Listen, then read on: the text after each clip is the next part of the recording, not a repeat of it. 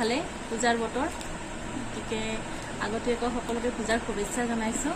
আজি মই কৰিম এটা আনবক্সিং ভিডিঅ'।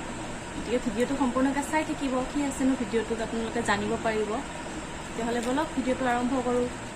মই ফ্লিপকাৰ্টৰ পৰা এটা বস্তু অৰ্ডাৰ দিছিলোঁ। চাওক, সেইদিনাখনে মই আপোনালোকক দেখাইছিলোঁ মোৰ মাৰ ফুলনি বাগিচাখন, আৰু তাৰ কাৰণে মই ফুলৰ টাব অৰ্ডাৰ কৰিছোঁ। ইয়াতে কিনো আছে ভিতৰত দেখুওৱা আপোনালোকক, আহকচোন।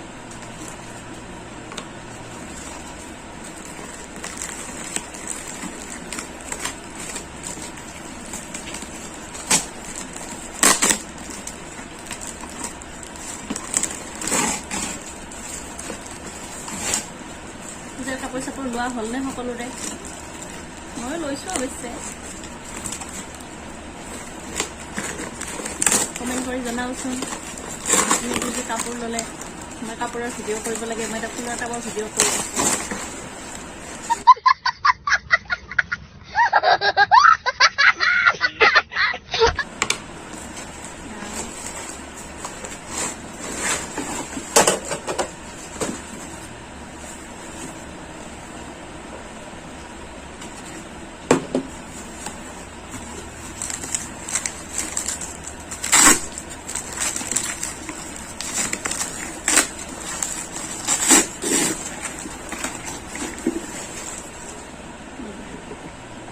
দেখিছেনে? 5টা আছে ইয়াতে। এইকেইখন ঢাকনি একদম তলত দিব পাৰি। 5খন আছে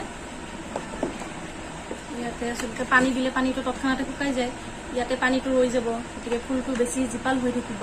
ইয়াতে দিব, এনেকৈ দিব পাৰি। দেখিছেনে?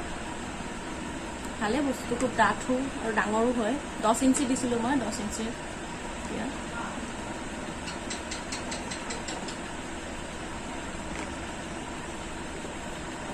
ভিডিঅ'টো ইমানেই আছিলে আজি। কেনেকুৱা পালে চাই ভিডিঅ'টো জনাব। যদি ভাল লাগে লাইক কৰিব, কমেণ্ট কৰিব, আৰু শেষত কৈছোঁ চেনেলটো প্লিজ ছাবস্ক্ৰাইব কৰিবলৈ নাপাহৰিব।